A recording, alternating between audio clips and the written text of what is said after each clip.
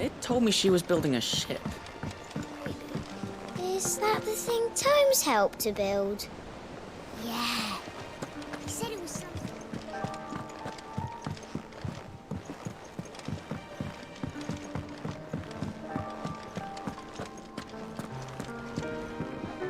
You look like you could do with a drink. That's what we like to hear. Knock 'em back, everyone. Sid's buying.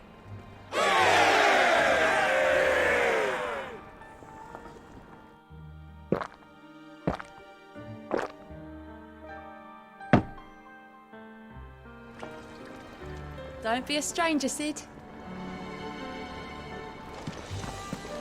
Thank you, Clive. Not just from me.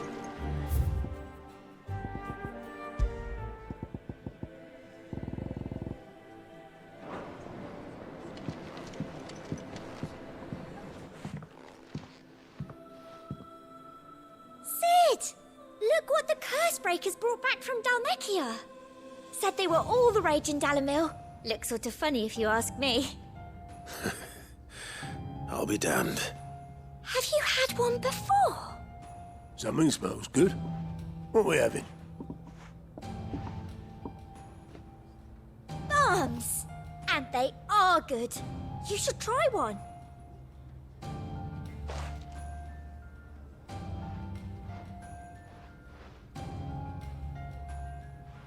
Eh? The bloody great hole in it. Who ate the rest? It's supposed to be hollow, silly. Haven't you ever seen Drake's Fang?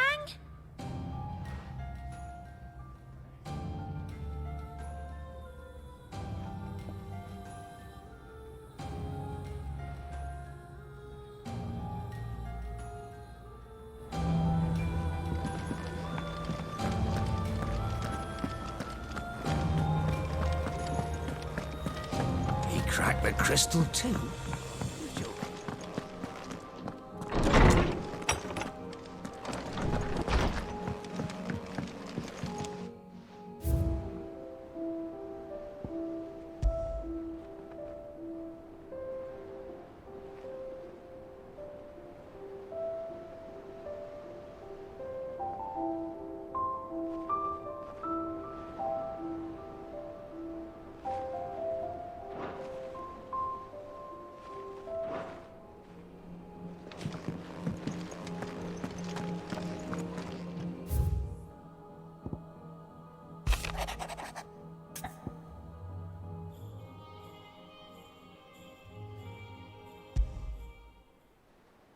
What could be wrong with Torgor?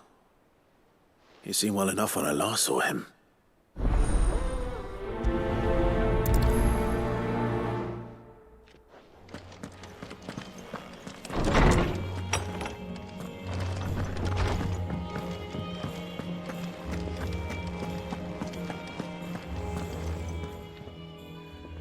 I got your note. You think something's wrong with Torgor? So you can read. Congratulations. But I didn't say I were wrong with him. I said something weren't right. He's not been eating me treats. He used to love cracking the bones from Molly's boiled brown, but now he won't so much as look at them. Didn't like him.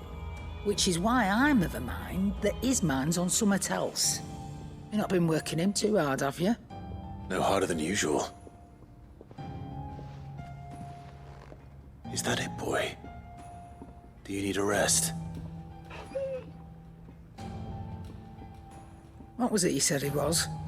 A frost wolf? That's what the lawsman seems to think. Then maybe this all has something to do with whatever it is that's woken inside him. I suppose things have been different since Rosalith. Perhaps Hippocrates knows something. Instead of everything, you mean? Perhaps.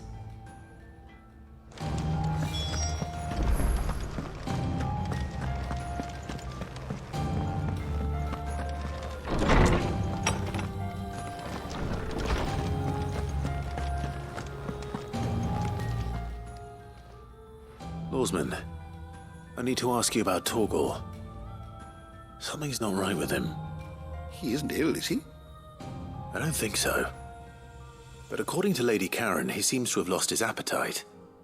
which is certainly a new development. She says he's hardly been touching his bones of late, and she believes it may have something to do with what happened at Rosalith Castle. I rather think she might be right, though not about his appetite. All canids are instinctively inclined to crack open bones for the rich marrow that resides within, and I see no reason why a frost wolf should be any different. Accordingly, I suspect it is not a lack of appetite that afflicts Torgal, but a surfeit of it. If we assume that his newfound magics require additional nourishment to sustain, it may well be that the bones Lady Karen is accustomed to providing are no longer sufficient. Frost wolves, after all, habitually prey upon far larger animals, whose bones may yield altogether different nutrients. As to where one might find a suitable substitute, some antelopes that graze the meadows of eastern Rosaria have been known to grow to a size more than double that of their lesser cousins. I don't recall ever seeing any that large. And little wonder. The oldest and largest such creatures rarely leave the safety of the highlands for fear of predators.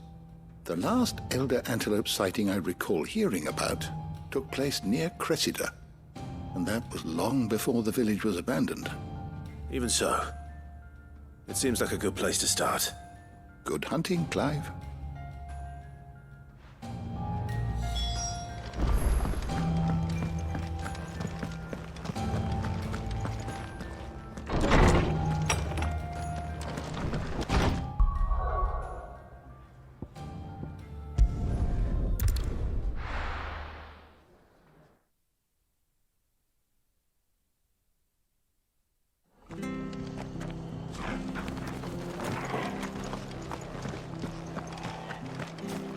She had a man of Grieger mopping there. Please, teach me how to fight. Right. If you're still here when my shift is over.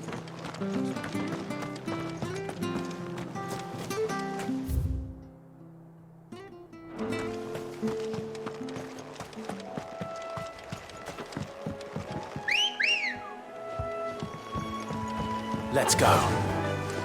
Run like the wind.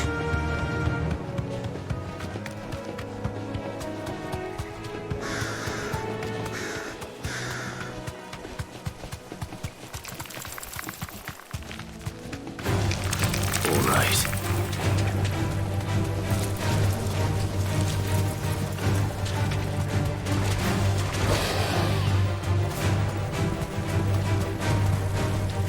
Be safe.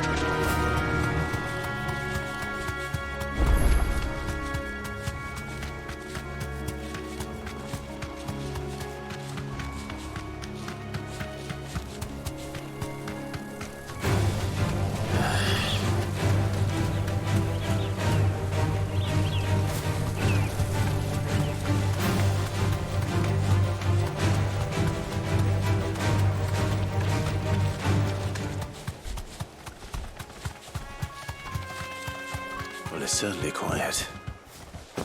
If I were a giant antelope, it would seem like just the place.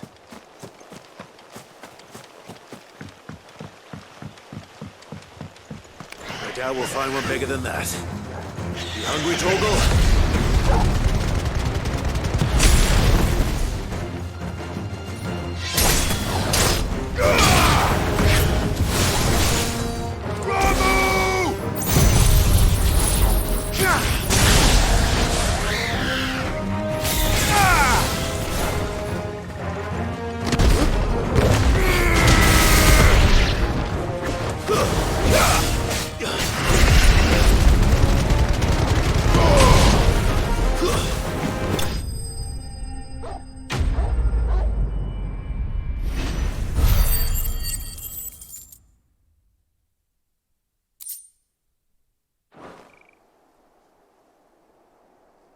Now,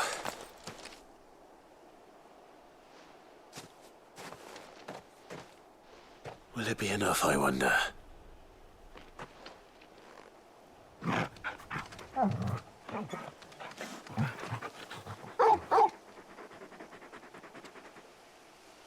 I say that answers my question, which means we owe the lawsman our thanks. You're just a big puppy, aren't you? A very big puppy.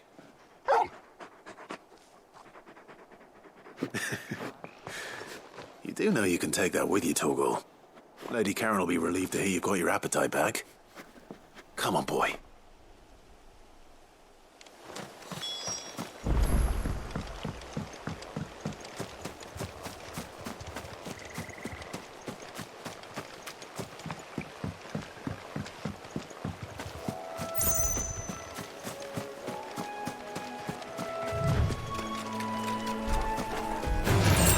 No mistakes.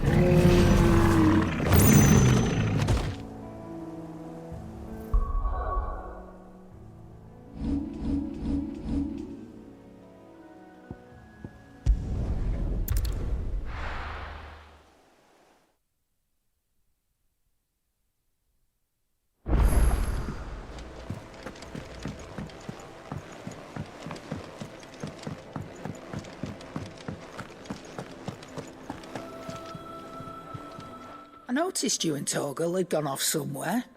Take him for a walk, did you? You could say that.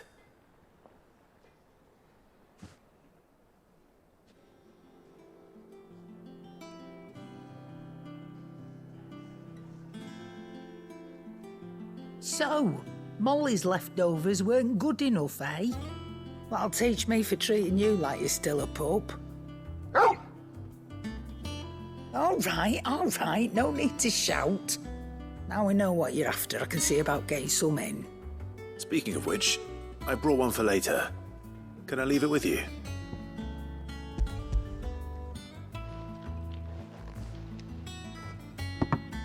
You can, aye. I'm nice like that. In return, you can thank Tomes for me. The bloody know-it-all. I was just on my way to see him.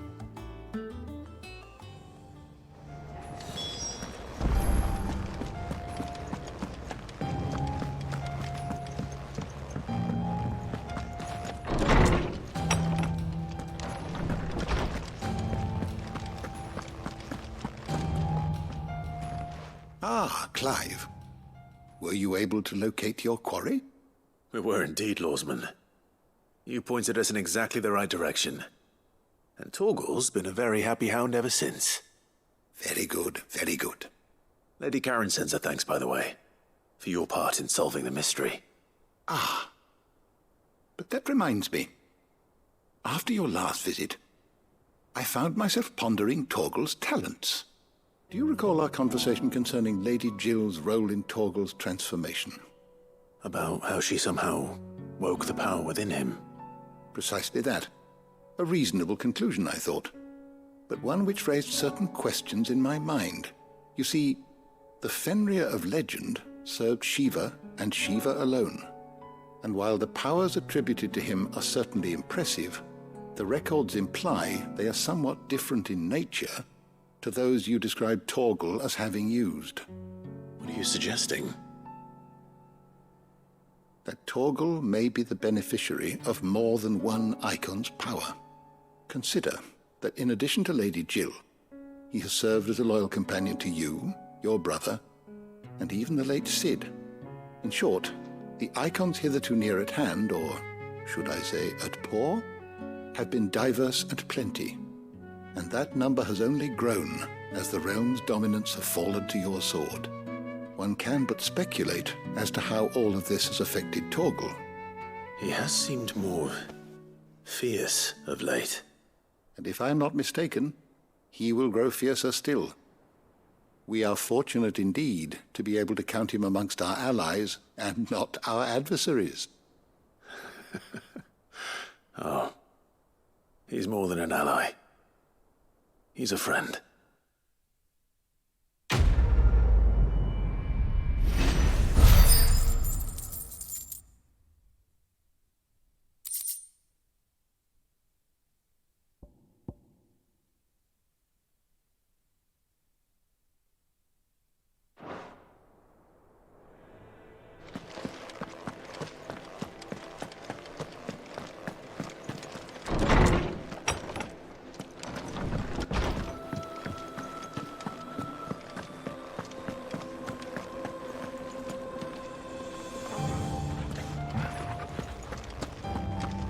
He cracked the crystal too. You're joking.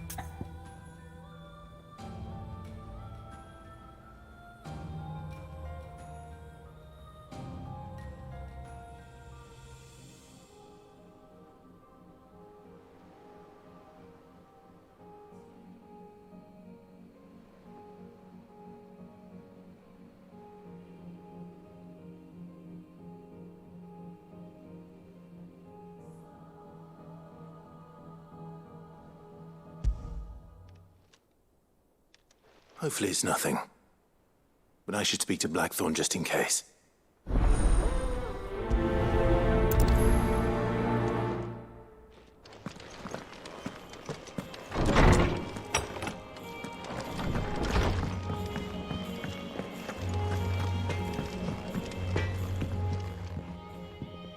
Blackthorn, do you have a moment? Not really, no. This won't take long. I just wanted to ask how you're getting on. August was worried about you, that you might still be doubting your craft, even after learning the trick of that cuirass. Is there something else weighing on your mind? Perhaps sharing your thoughts might help. That bastard's like a dog with a bone. Still, he's got a keen eye, I'll give him that. He's just, well, Karen showed me something. Something I've never seen before. And that was? A sword. An odd-looking thing with a single-edged blade. The metal itself wasn't anything to write home about, but fuck me. The edge on it. You could slice a man clean in two with a weapon like that, and he'd be halfway home before he even realised he'd been cut. So that's what's troubling you? No. Not troubling me exactly. More distracting. Can't stop thinking, how do you get an edge that sharp? It's driving me mad. And if you knew how to do it, we could arm the curse breakers with even better blades. That's about the size of it, yeah. I'll see what I can find out. Sharper swords are always welcome. And we can't have our master blacksmith being distracted. You're a soft touch, you know that. But I can't say I'm not grateful for it. Good luck, eh? Thank you. Let's see what Karen knows about this sword.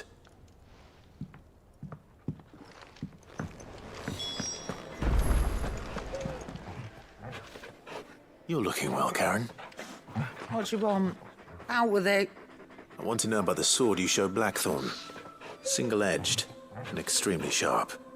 Running around after him again, are you? I suppose I am, yes. But I need to help him find out how to work an edge like that. It's driving him to distraction. Little wonder, I suppose. There's not many like that make it as far as the twins, and those that do go straight into private collections. Which made it nice and easy finding a buyer. Can you tell me who bought it? Where is it now? You think I tell people who my clients are? Suppose you're not likely to go nicking him off me, are you now? Fine. If you stop mooning at me like that. Lord Ignac's the man you want. Dalmekian bloke. Collects weapons and the like. And he's got more money than sense, which is why he's one of my favourite clients. Reckon he'll still be at the inn in Dalamil, where I left him. Thank you, Karen. Oh, and he's a touch eccentric, if you take my meaning. I appreciate the warning.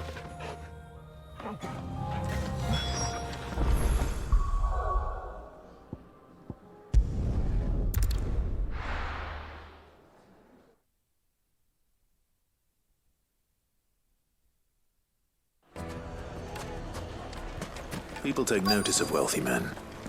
Shouldn't be too hard to track down Karen's collector. The St. Drake's Fang is gone. The whole Mother Crystal gone. What are we gonna do? Calm yourself.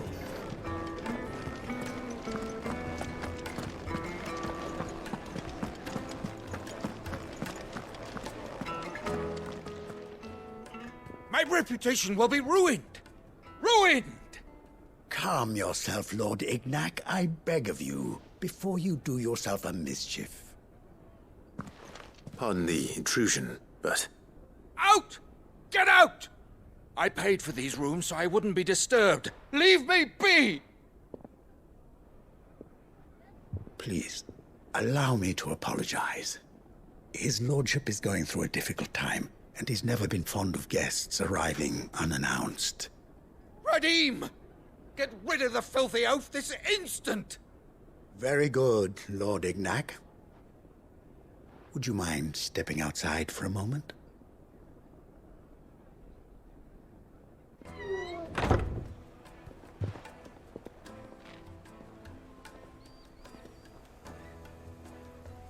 I'm sorry if I've caused you any trouble. That? Oh, no. That's just how his lordship is. Though the morning's events have left him somewhat fractious.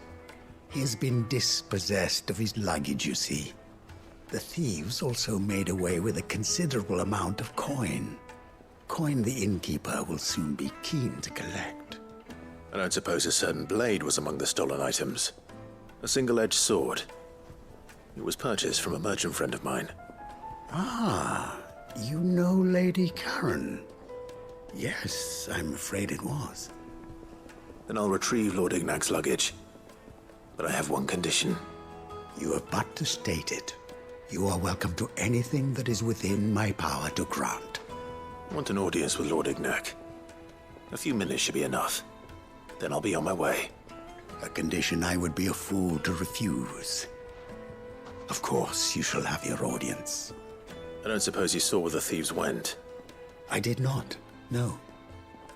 Though some discreet inquiries made on his lordship's behalf mean that I know where you might find them. The bandit's bed. Every ill-gotten coin in Dalimil is said to pass through that disreputable corner of the Valcroy. And that's where I'm heading. I shall speak to Lord Ignac in your absence, and arrange for an audience upon your triumphant return. That will be very kind of you. Farewell, and best of luck.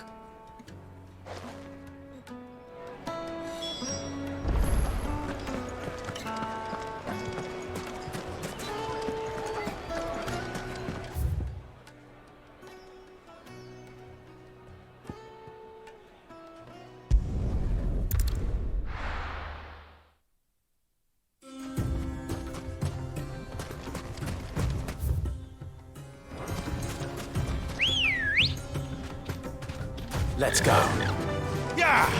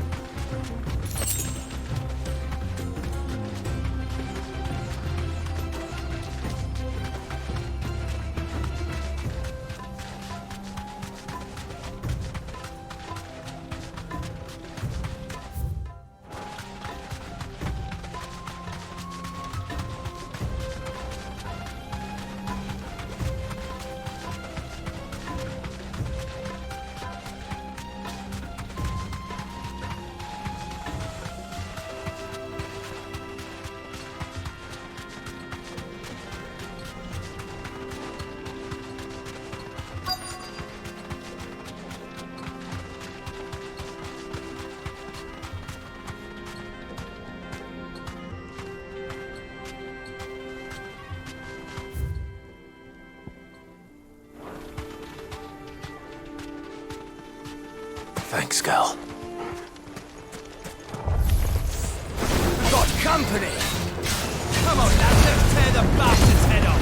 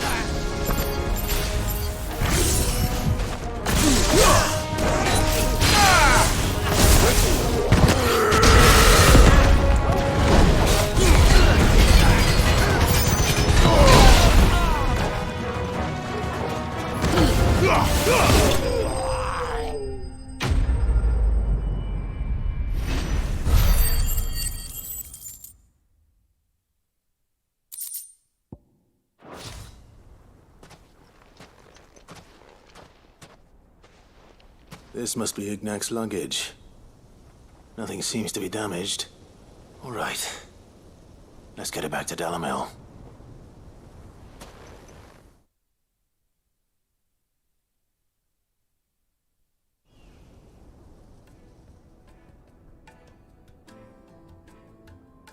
I hear I have you to thank for the return of my effects. What shall I call you, my good man? Wyvern. Glad to make your acquaintance. A formidable name indeed. Well, Wyvern, I appear to be in your debt. Redeem here tells me you wished for an audience. Is that all? A few moments of your time should suffice, yes. You're a peculiar fellow, Wyvern. All right, speak. Master Wyvern was wondering if you could tell him about a certain single-edged sword you recently acquired. Oh, a true work of art, that one. Karen drove me hard on the price, but I would have sold her Radim here to get my hands on that sword. It was made in the Outer Isles, far beyond the Twins, and is used exclusively by the practitioners of a unique school of swordsmanship. They believe no combat should ever exceed a single strike, and hone their blades to such perfection that none ever does. Each sword is made for that one perfect stroke, and for that stroke only. They crack upon a second blow. There's a brutal sort of beauty to it, really. But how do they hone such an edge? Fine question. Why, they use a whetstone, of course. Whetstones, rather. A whole array of them, ranging from the coarse to the fine. 10,000 licks with the sharpening stone, then 10,000 more. But it is the final stone which lends the blade its legendary sharpness. A mineral quite foreign to this great realm of ours. And that is the key. The secret ingredient. Wyvern, it occurs to me that my little lecture is hardly equal to services rendered. Take this, together with my regards. The very stone of which I spoke, far rarer among collectors than even the blade itself, and a far more fitting payment. Thank you. Pardon the intrusion, my lordship. However, it is long past time we prepared ourselves to depart. So it is. I am locked in bitter competition with a rival collector of curiosities. I am one step ahead of the unscrupulous scoundrel, but he is hard at my heels. And there are many other collectors out there. Too many to count, but only one do I consider my nemesis. Lord Byron Rosfield. And is a perennial thorn in my side. I can imagine. Farewell, Wyvern. May our paths cross again. Radim, we mustn't dawdle.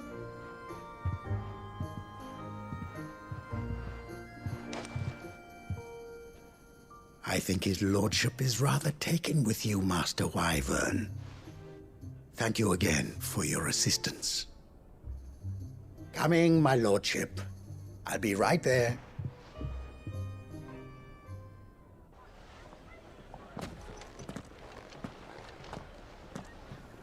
Trust Uncle Byron to find such an interesting rival. Now, let's see what Blackthorn makes of this whetstone, shall we?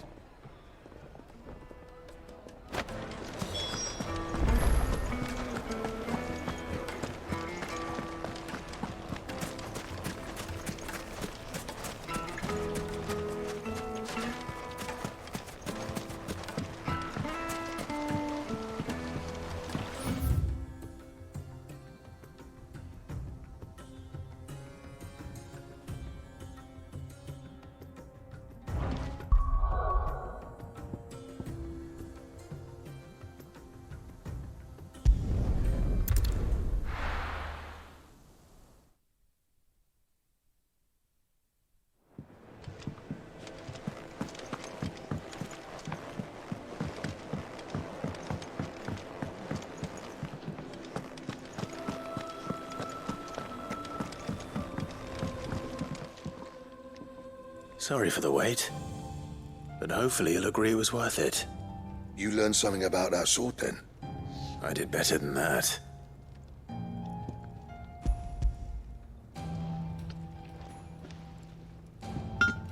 Hey, a whetstone? Yes. But not one you'll find anywhere in Valisthea.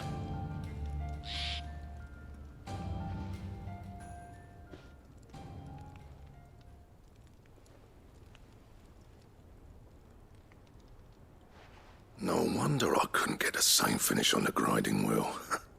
One hit and all done, eh? Might not be so bad if all you ever fought were duels. Good luck on the battlefield. Your second opponent would be your last, no matter how good you were. Even so, is there some way it could be used to give the Cursebreakers an edge? I think so, yeah. With this whetstone and the right kind of steel, I could probably even make a twin of the blade that rattled me. But there'd be no replacing this little rock once I worn it down to a sliver. I reckon we get a dozen swords from it, if that. Swords that the Cursebreakers wouldn't know how to wield properly, and that would see them through a single fire piece. Nah, no point trying to copy that thing. Be about as much use as a wax anvil. But finishing our blades with a whetstone this fine, now that's something to consider. And what's finer than fallen masonry, eh? Or more hard-wearing, for that matter. Just imagine it. Good Valisthean steel with an edge as sharp as any found in the Outer Isles. I won't make a copy, nah. I'll make something much better. I'm sure the Cursebreakers will be delighted. Just don't push yourself too hard. Don't you worry about me, sunshine. I've been working day and night since I was half your age, and I'll still be here when you're long gone. Hey, thanks, Clive. I mean it. I owe you one, August too. It's good to know someone's looking out for me. He'll be happy to hear you said that. And I'll see that my debt to you's paid. First new blade I make's got your name on it. You come and find me when you've got the materials. All right. I will.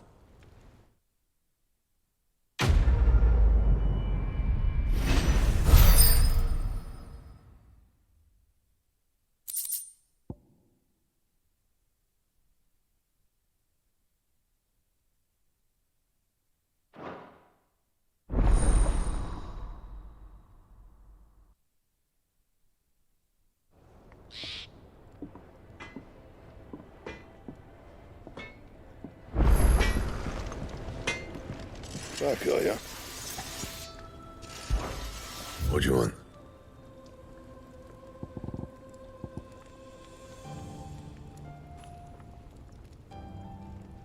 That it?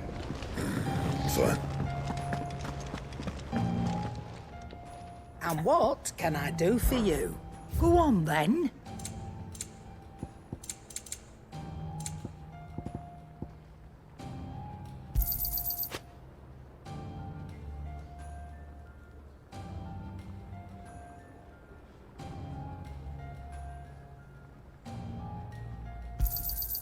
You're rubbing me blind, you know.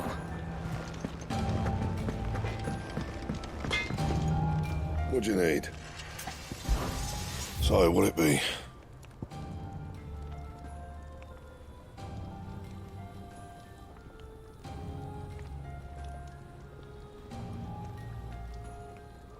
And?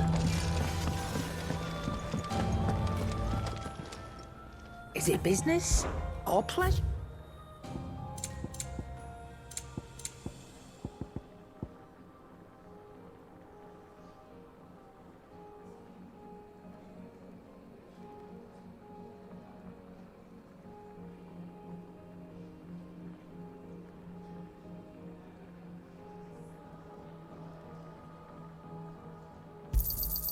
It'd better all be here. Is that all? Clive? Not saying Fornian, do you? No scratches, all right?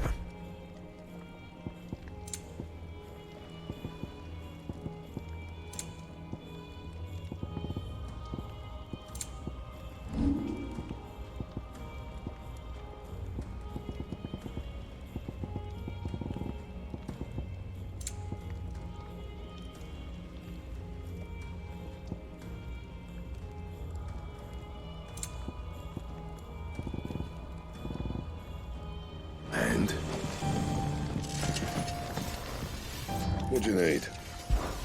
So, what'll it be? And?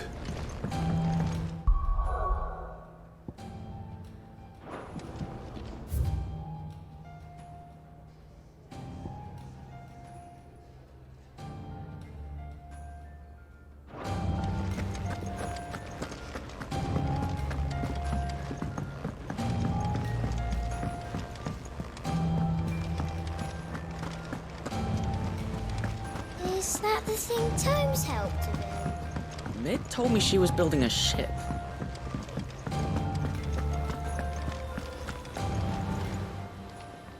How may I help you today, Clive? Is everything we've received and everything promised?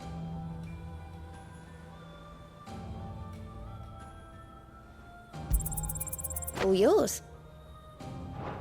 Best of luck out there, Sid.